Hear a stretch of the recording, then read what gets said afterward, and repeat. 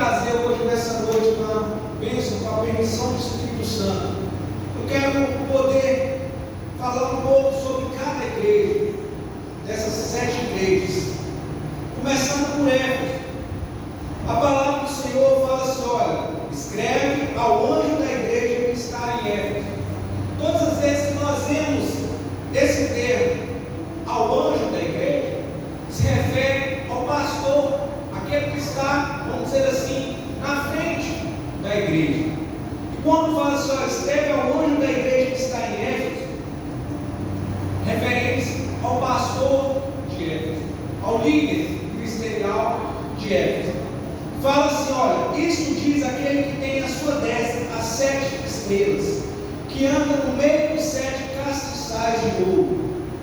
O que Cristo fala para aquela igreja? Olha, eu conheço as tuas obras, teu trabalho e a tua perseverança, que não pode suportar os maus, que puseste a prova que dizem ser apóstolos e não são, e tu os achastes mentirosos. E sofrestes em paciência, trabalhaste pelo meu nome e não te cansaste. Até aí, Cristo ele estava falando das qualidades boas da igreja. A igreja que é perseverante, uma igreja que tem paciência, uma igreja que, se a gente for olhar à luz da palavra, eles tinham entendimento, eles buscavam o conhecimento da palavra, mas só que no versículo 4 fala assim: olha, tenho, porém, contra ti, que deixaste o primeiro amor. E aqui é um ponto crucial, porque a palavra do Senhor nos revela que mesmo que a gente pegue todos os nossos bens, repartimos com os pobres, mesmo que nós pegamos o nosso próprio corpo, entregue para ser queimado, mesmo que nós falamos em outras línguas, se a gente não tiver amor, nada disso valerá. Então Cristo, quando ele começa a falar com essa igreja, ele fala das qualidades boas, mas só que Cristo ele começa a palestrar falando assim: olha, eu sei que vocês são perseverantes, eu sei que vocês não suportam os mentirosos, eu sei que vocês querem buscar o conhecimento, porém eu tenho contra ti que você deixou o primeiro amor. E ele fala mais, ele dá a instrução: olha, lembra-te, pois, de onde caíste, arrependa-te e pratica as primeiras obras, pois senão, brevemente a ti virei, e tirarei do seu lugar o teu castiçal, se não te arrependeres. E aqui é algo que pega muito, irmão, sabe por quê? Por mais que eu esteja na igreja todos os dias, por mais que eu não falte nenhum culto de oração, estudo bíblico, escola dominical, porém, se eu não tiver amor, eu não terei parte com ele, eu não terei as bênçãos que ele prometeu, e mais, eu corro risco de até mesmo perder a minha salvação. Então, eu faço essa pergunta para você, mas não precisa responder, responde para você mesmo: será que nós estamos sendo como a igreja de Éfeso?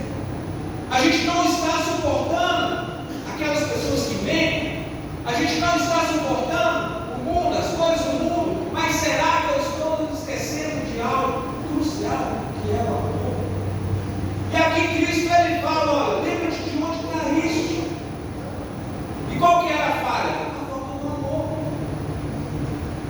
A falta do amor. E pratica as primeiras obras. Ou seja, eles estavam praticando as obras, vamos dizer assim no popular, por fazer.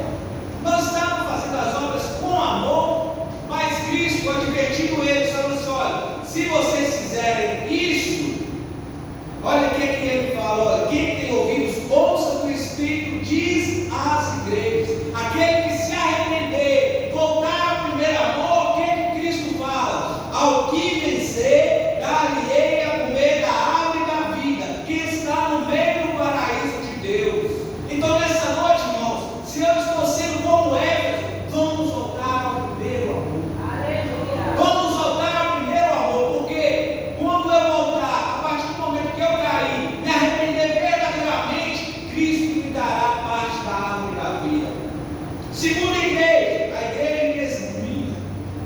E ao anjo da igreja que está em Esmirna escreve: isso diz o primeiro e o último, que foi morto e reviveu.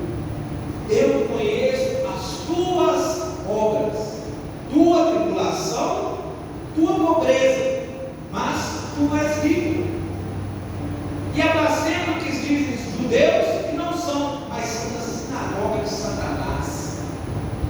Nada tem dessas coisas que há de parecer. Eis que o diabo lançará algum de vós na prisão, para que sejais tentados e tereis uma tribulação de 10 dias. Ser fiel até a morte, e dar-te-ei a coroa da vida. Então aqui, o que o Senhor Deus está falando para a igreja de Esmirna? Olha, eu conheço as tuas obras, eu sei as tribulações por que você está passando, sei que você é pobre financeiramente, mas você é rico, sabe por quê? Porque você tem o principal, você tem a minha presença, você tem temor a mim, então você é rico. Você não é rico financeiramente, mas você é rico das minhas bênçãos, você é rico da minha graça, você é rico da minha presença. Pode nós não termos um carro do ano, pode nós não termos noções, mas se a gente tem o principal, que é a presença de Deus, nós já somos considerados ricos. Ricos. Paulo ele fala assim: olha, viver para mim é Cristo e morrer é ganho. Por quê? Paulo bem sabia, se ele partisse por amor a Cristo, ele teria uma coroa incorruptível, ele teria um novo corpo, ele teria bênçãos eternas. E é isso que nós, como os cristãos, temos que esperar, temos que aguardar, é ter essa fé, essa convicção que se nós, a partirmos desse mundo, hoje, temos a certeza que nós estaremos lá para sempre com Ele. É para termos a certeza que o nosso nome está escrito no livro da vida. E fala assim: olha, o diabo lançará algum de vós na prisão. E realmente aconteceu. Nós vemos, aconteceu com o Tiago, que foi morto. Aconteceu com Pedro, mas a igreja reuniu, orou, o Senhor libertou. E aconteceu com vários outros. No caso de Estevão, ele foi apedrejado. Mas o que Estevão viu? No momento que ele estava sendo apedrejado, ele falou assim: olha, eis que vejo os céus abertos, e eu vejo Jesus à destra de Deus. Então o Senhor Jesus estava de pé para receber o Espírito de Estevão. Olha que maravilhoso! Estevão, ele tinha convicção em quem ele cria. 3. Mensagem da igreja de Pérgamo. E ao anjo da igreja que está em Pérgamo escreve: isso, aquele que tem a espada aguda de 2 filhos. Conheço as tuas obras e onde habitas, que é onde está o trono de Satanás, mas retenes o meu nome e não negaste a minha fé. Ainda que nos dias de Antipas, minha fiel testemunha, o qual foi morto entre vós, onde Satanás habita. Porém, poucas coisas tenho contra ti, porque tem lá os que seguem a doutrina de Balaão, o qual ensinava Balaão a lançar tropeço diante dos filhos de Israel, para que comessem o sacrifício da idolatria e se prostituíssem. E aqui a gente tem que tomar muito cuidado. Por quê? Porque a palavra do Senhor nos revela que o trigo está crescendo juntamente com o joio. O trigo ele cresce juntamente com o joio. Mas quem é que vai fazer essa separação? Jesus, os santos. Eles vão separar a direita, as ovelhas, a esquerda, os bodes.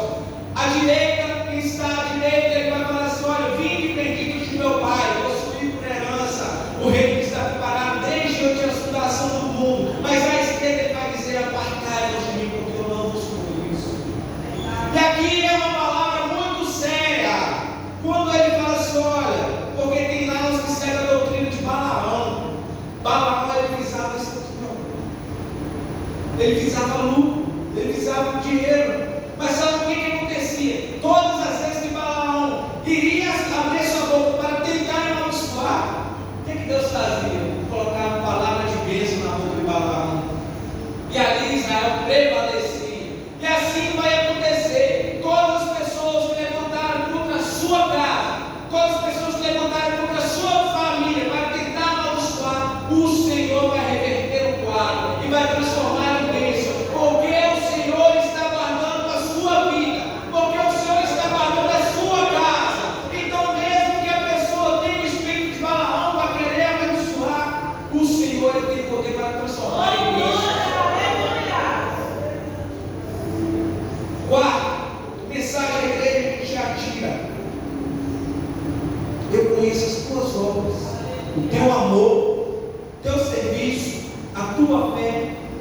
paciência, e que as tuas últimas obras são mais do que as da primeira. Olha que fato interessante. Na primeira igreja, na igreja de Éfeso, Jesus ele fala assim: olha, volta ao primeiro amor, volta às primeiras obras. Porém, nessa igreja, o que nós vemos? Cristo falando ao contrário: as suas últimas obras têm sido maiores que as das primeiras. É aquilo que eu aprendo. A igreja de Tiatira, eu imagino que eram pessoas que eram recém-convertidos ao Evangelho. Então, como eles estavam recém-chegados ao Evangelho, eles faziam algumas obras, mas à medida que eles iam tendo conhecimento da palavra, à medida que eles iam tendo conhecimento sobre o Evangelho, as obras iam se aumentavam, as obras iam se multiplicavam, e fala sobre paciência, e fala sobre obras, e fala sobre amor, e fala sobre serviço. E a palavra fala assim: olha, que a fé tem que andar junto com a obra, porque uma sem a outra não dá, é as duas juntas, caminhando junto. Mas tem contra ti que tolera Jezabel, mulher que se diz profetiza, ensina a enganar os meus servos para que se prostituam como o sacrifício da idolatria. Ou seja, ela era perfeita em obras, perfeita em amor, perfeita em paciência, porém ela tolerava os falsos profetas. Infelizmente, irmãos, eu digo isso com muita tristeza. Infelizmente, nós generalizamos, mas muitos locais têm permitido falsos profetas entrarem e enganar a muitos. Mas quem tem a marca da promessa, quem tem o conhecimento da palavra, ele não se deixa enganar. Ele não se deixa enganar, sabe por quê? Porque a palavra fala assim: olha, o meu povo foi destruído por falta de conhecimento. Mas aquele que tem conhecimento, ele vai dizer assim: não, isso não é de Deus, não. Porque a palavra de Deus é sim, sim e não, não. Que proceder além disso é o maligno. Então, eu estou junto com a palavra. Tem tolerado aqueles que se diz profetizam. Então, muitas pessoas dizem assim: olha, eu estou profetizando no nome do Senhor. O Senhor mandou falar isso, mandou falar aquilo. Irmãos, tome cuidado. Na internet, infelizmente, está chovendo disso. E como que eu vou saber se é de Deus ou se não é? As coisas reveladas por Deus, ela não traz confusão. As coisas que são reveladas por Deus, ela não traz dúvida. Ela vem direto no seu coração como uma flecha. Ela bate. E aquela palavra pode ser um coração duro, que o Senhor, Deus, Ele quebra. E Ele traz um coração de carne. E ao anjo da igreja que está em Sardes, escreve: isto é, tem os 7 Espíritos de Deus, as 7 estrelas. Conheça as tuas obras, que tem nomes que vivem, mas que está morto. Ser vigilante e confia nos restantes, que estavam para morrer, porque não achei as tuas obras perfeitas diante de Deus. Então a gente tem que tomar muito cuidado, porque com as aparências. Porque o próprio Cristo fala assim: olha, não achei as tuas obras perfeitas. Você tem nome que vive, mas infelizmente está morto. Tem nome que vive. O que é que significa? Eu pego minha Bíblia e coloco debaixo do braço, venho para a casa do Senhor. Mas eu chego em casa, ponho ela lá na estante, fica lá. Quinta, sexta, sábado, domingo de manhã, pega ela de volta, vem para a escola dominical. Aí passa a semana, segunda, terça, irmãos. A gente tem que viver o Evangelho sincero, puro. O Evangelho sincero, puro. Não simplesmente por aparência.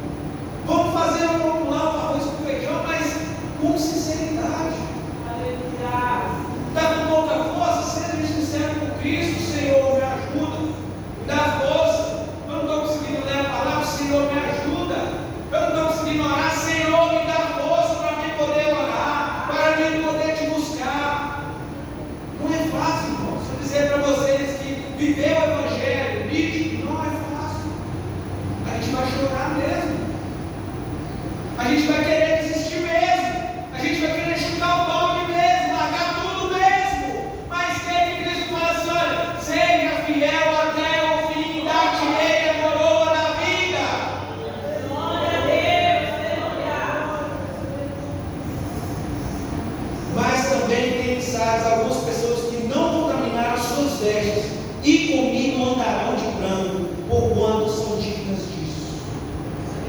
Você pode andar pelo mundo, mas o mundo não está dentro de você. Você anda pelo mundo, mas as coisas do mundo não te corrompem. E essas pessoas que as coisas do mundo não te contaminam, o que Cristo fala? Ele faz a promessa: olha, andarão de branco, porquanto são dignas disso. E o que vencer será vestido de vestes brancas, e de maneira nenhuma arriscarei o seu nome no livro da vida. Então a maior vitória do crente é ter o seu nome no livro da vida. Ah, mas eu sei pregar, ah, mas eu sei cantar, ah, mas eu falo em língua, eu estudo demônio. Irmão, o principal é ter o nome escrito no livro da vida. Pode ser o crente mais simples, que até mesmo seja analfabeto, mas se ele tiver o nome escrito no livro da vida, irmãos, é a maior bênção que ele tem na vida dele. Então não vamos desprezar nenhum dos nossos irmãos, vamos tratar todos iguais, com amor, com paciência, com sabedoria, amor em Cristo.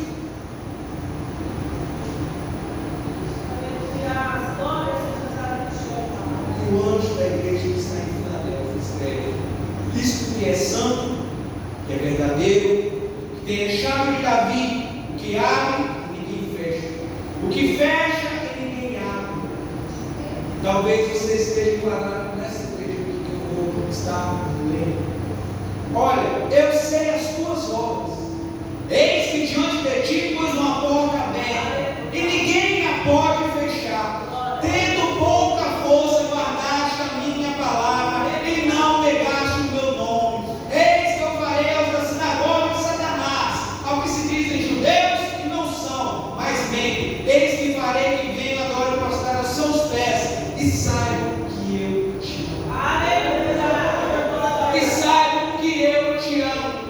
Então o que Deus está falando para mim, para você nessa noite? Está com pouca força? Permaneça. Está com pouca força? Continua lutando. Está com pouca força? Está machucado? Está dolorido? Mas prossiga, porque eu vou abrir uma porta diante de ti, que homem nenhum vai fechar. E qual é essa porta? Jesus Cristo é a porta. Jesus Cristo é a porta. Ele disse lá no Evangelho de João 14: eu sou o caminho, eu sou a verdade, eu sou a vida, e ninguém vai ao Pai senão por mim. Então Cristo, Ele é a porta da salvação, é a principal porta que nós devemos passar. Aleluias. Ele fala ainda mais: olha, porque guardaste a minha palavra, a palavra da minha paciência, também eu te guardarei na hora da tentação que há sobre o mundo, para tentar os que habitam na terra. Ele dá um recado: olha, eis que venho sem demora, guarda o que tens para que ninguém tome a tua coroa. E ao que vencer, eu farei coluna no templo do meu Deus, e dele nunca sairá. Escreverei sobre ele o nome do meu Deus, e o nome da cidade do meu Deus, a nova Jerusalém, que desce do céu, do meu Deus, e também o meu novo nome. Então, aquele que vencer, o Senhor vai entregar o que? Grandes bênçãos. Ele fará coluna no templo do meu Deus. Isso é de uma forma simbólica. Fala que o que? Nós habitaremos para sempre com Ele. Nós adoraremos para sempre a Ele. E ali também nós teremos o nome dele escrito em nós. Porque nós somos selados pelo Espírito Santo. Nós somos selados pelo sangue do Cordeiro. Então nós teremos o nome dele em nós.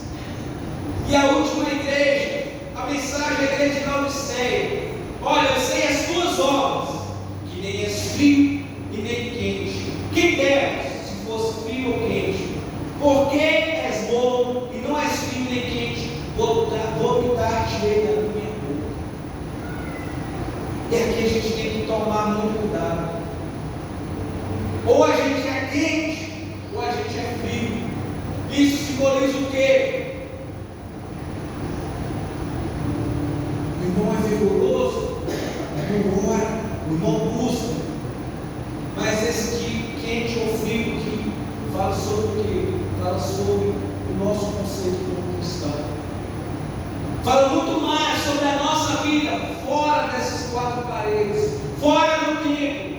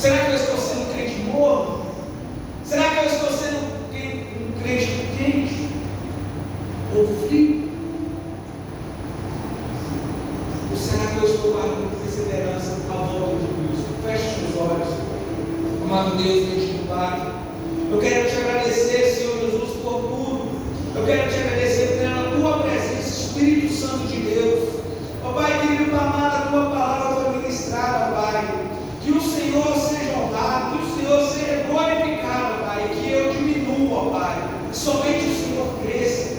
Abençoa cada um de nós, meu Deus, que essa palavra, Pai, venha ficar gravada em nossos corações, Senhor Jesus, e que nós possamos perseverar, mesmo se nós estivermos com pouca força, mesmo se nós estivermos machucados, mesmo se nós estivermos arrastando, Pai, que nós, ó Pai, querido amado, possa estar com nossos olhos voltados para Ti, porque a Tua palavra fala, Senhor, eleva os meus olhos para os montes, e de onde me virá o socorro? E a Tua palavra é bem clara, dizer que o nosso socorro, ele vem do Senhor, que fez os céus e a terra. Então, nesse momento,